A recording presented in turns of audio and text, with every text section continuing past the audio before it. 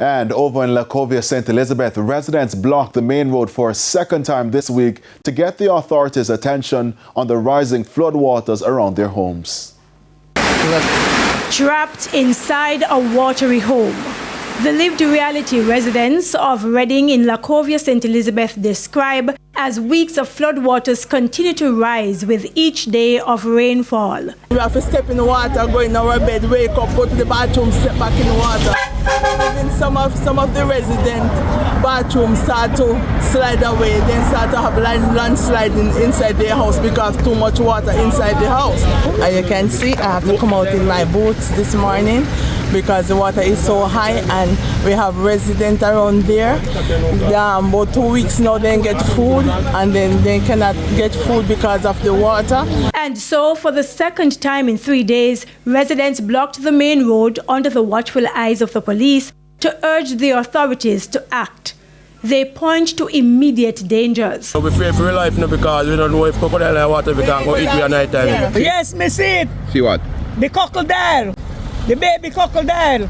So from the small one is there, the big one supposed to be there. So we can't take it, we can't wait until they come and pop down with house we come near me. The mosquitoes start to breed up and we cannot take the not what they call it, no, they no come in come spray, no one time they come in come spray, and when they spray one time they no come back. And the mosquito them big and fly. And we can't afford the mosquito kill we have. And as the situation worsens, residents say not even animals like pigs and chickens, which they've resorted to sheltering inside their homes, are safe. See me chicken them down there dead off.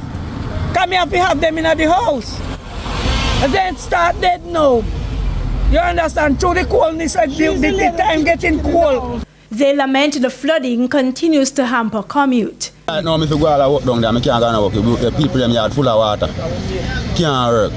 And there be water. See me told you, for me back.